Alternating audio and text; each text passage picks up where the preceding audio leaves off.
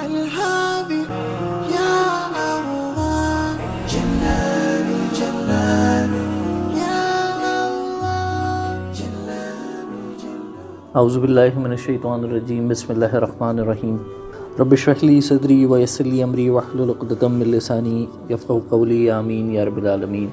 الحمدللہ رب العالمین الرحمن الرحیم مالک یوم الدین ایاک نعبد و ایاک نستعین اہدنا الصراط المستقیم۔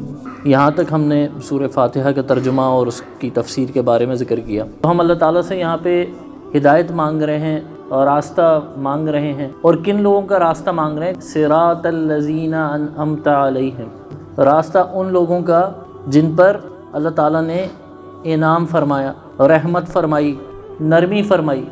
اور وہ لوگ کون ہیں جن پہ اللہ تعالیٰ نے اپنی رحمت فرمائی؟ یہاں پہ انعمت علیہم میں ایک اور چیز بھی شامل ہے، وہ یہ کہ ان لوگوں کے بارے میں بات ہو رہی ہے جو گزر چکے، کامیاب ہو چکے، جن پر اللہ تعالیٰ کا انعام، رحمت، نرمی سب کچھ ہو چکا۔ اگر ہم ان لوگوں کا راستہ مانگتے اللہ تعالیٰ سے اس میں کہ ان کا راستہ دکھا جو آج موجود ہیں، آج ہدایت پہ ہیں، تو ہدایت کے لیے ہم نے ایک بات کل جانی تھی کہ ہماری ہدایت مستقل نہیں ہے، اس میں اتار چڑھاؤ آتا ہے، جبکہ انبیاء کا ایمان اور ان کی ہدایت جو تھی وہ کامل تھی۔ آپ صلی اللہ علیہ وسلم کو جو ایمان حاصل تھا، جو ہدایت حاصل تھی، حضرت ابراہیم علیہ السلام کو، حضرت عیسیٰ علیہ السلام کو، حضرت موسیٰ علیہ السلام کو، حضرت نوح علیہ السلام کو، اور اسی طرح دیگر انبیاء کرام کو جو ایمان اور ہدایت حاصل تھی وہ مستقل تھی، جامع تھی۔ تو ہم اللہ تعالیٰ سے ان لوگوں کا راستہ مانگتے ہیں جن پر اللہ تعالیٰ نے انعام فرمایا، نرمی فرمائی، رحمت فرمائی۔ انعمت علیہم غیر المغضوب علیہم، یہاں پر یہ بات بیان کی جا رہی ہے کہ ان لوگوں کا راستہ نہیں جن پر غضب ہوا۔ یہاں ممکنہ طور پہ یہ غضب ایسا ہے جو اللہ تعالیٰ کی طرف سے بھی ہوگا، جو انبیاء آئے اللہ تعالیٰ کا پیغام لے کے ان کی طرف سے بھی ہوگا، اللہ تعالیٰ کی دیگر مخلوق کی طرف سے بھی ہوگا، ہر جانب سے یہ غضب ہوگا۔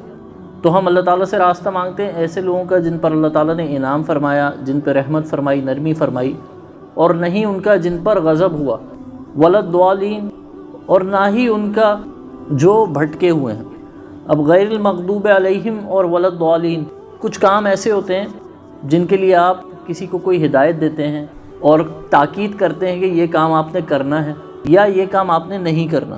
مثال کے طور پہ ایک استاد شاگردوں کو آ کے بتاتا ہے کہ میں آپ کا فلاں دن امتحان لوں گا، اس میں یہ سوالات آئیں گے اور ان سوالوں کے یہ جوابات ہیں، آپ نے ان سوالوں کے جوابات کی تیاری کر کے آنا ہے، فلاں دن آپ کا پیپر ہے۔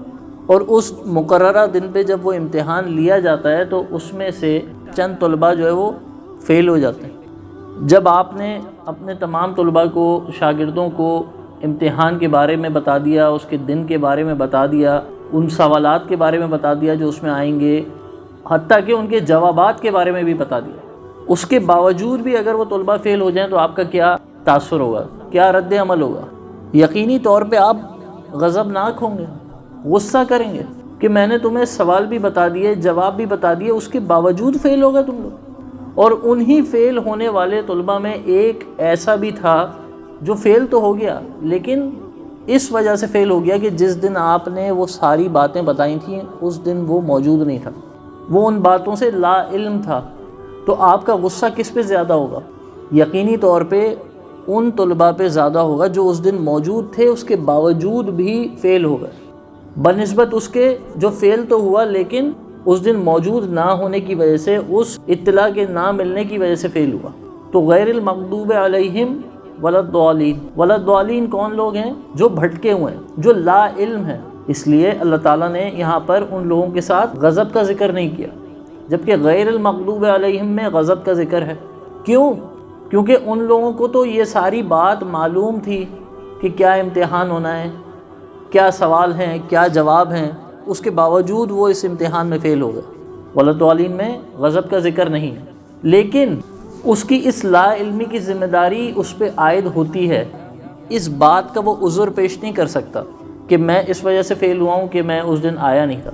اس کے نہ آنے کے باوجود اس پہ یہ ذمہ داری عائد تھی کہ جس دن وہ نہیں آیا تھا اس دن کیا ہوا، اس کے بارے میں وہ معلومات حاصل کرتا، کہ اس دن کوئی خاص بات تو نہیں ہوئی، استاد نے کوئی خاص چیز پڑھائی تو نہیں، کسی چیز کی ہدایت تو نہیں دی، کوئی تاکید تو نہیں فرمائی، لیکن اس نے اس سے بھی لاپرواہی برتی، اس بارے میں جاننے کی کوشش ہی نہیں کی کہ جس دن میں نہیں آیا تھا اس دن ہوا کیا تھا، کلاس میں سمجھایا کیا گیا تھا، پڑھایا کیا گیا تھا، بتایا کیا گیا تھا۔ میں نے اس دن تو چھٹی کی اور ٹیسٹ والے دن بھی میں منہ اٹھا کے بنا تیاری کے پہنچ گیا، اور اب میں جواز یہ دے رہا ہوں کہ اس دن میں آیا نہیں تھا نا اس لیے میں فیل ہو گیا، تو یہ جواز کافی نہیں ہوگا، کیونکہ اس دن نہ آنے کے باوجود ذمہ داری میری بنتی تھی کہ میں اس بارے میں معلومات حاصل کرتا۔ تو غیر المغضوب علیہم ولا الضالین، ہم میں سے بھی ایسے لوگ ہیں جن کو معلومات ہیں، وہ جانتے ہیں اچھائی کے بارے میں، وہ جانتے ہیں برائی کے بارے میں، اس کے باوجود وہ اس برے کام کو کرنے سے نہیں رکتے اور اس اچھے کام کی طرف مائل نہیں ہوتے، راغب نہیں ہوتے، اس پہ عمل نہیں کرتے۔ اور ایسے لوگ بھی ہیں جو اس بات سے ہی لا علم ہیں کہ یہ کام اچھا ہے یا برا ہے، اور وہ کام کیے چلے جا رہے ہیں یا اس کام سے بالکل ہی غافل ہیں، کر ہی نہیں رہے۔ تو آج جو فرائض ہیں ان کے بارے میں ہم میں سے کون مسلمان نہیں جانتا؟ ہر مسلمان جانتا ہے کہ کیا فرائض ہے، لیکن ان فرائض کے بارے میں جاننے کے باوجود اس پہ عمل کرنے سے غافل ہے۔ اور کچھ لوگ ایسے ہیں کہ جو ان فرائض کے بارے میں نہ جانتے ہیں اور نہ جاننے کی کوشش کر رہے ہیں۔ کوشش کیوں نہیں کر رہے؟ اس لیے کہ اگر کہیں میں نے جان لیا، سن لیا، اس معلومات کو حاصل کر لیا تو مجھے عمل نہ کرنا پڑ جائے۔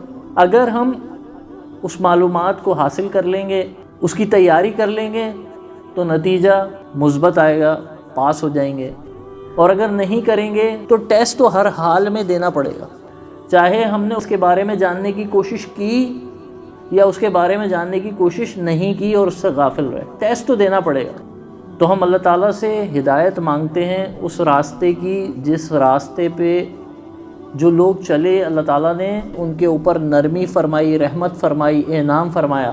نرمی کیوں فرمائی؟ کیونکہ ہم صراط مستقیم میں جان چکے کہ یہ راستہ مشکل تھا، اس لیے اللہ تعالیٰ نے نرمی فرمائی۔ اور غیر المغضوب علیہم ولا الضالین، اور کن کا نہیں مانگتے؟ جن پر غضب ہوا اور جو لوگ بھٹکے ہوئے۔ تو سورہ فاتحہ کا لفظی ترجمہ ہم نے مکمل کیا، تفسیر کے اعتبار سے بھی جو ہے وہ کچھ باتیں اس میں جانی۔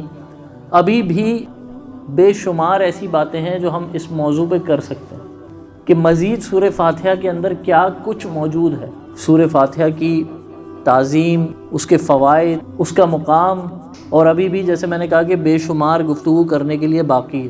تو اللہ تعالیٰ نے قرآن مجید میں فرمایا کہ کیا تم سوچتے نہیں، کیا تم غور نہیں کرتے اس قرآن مجید پر؟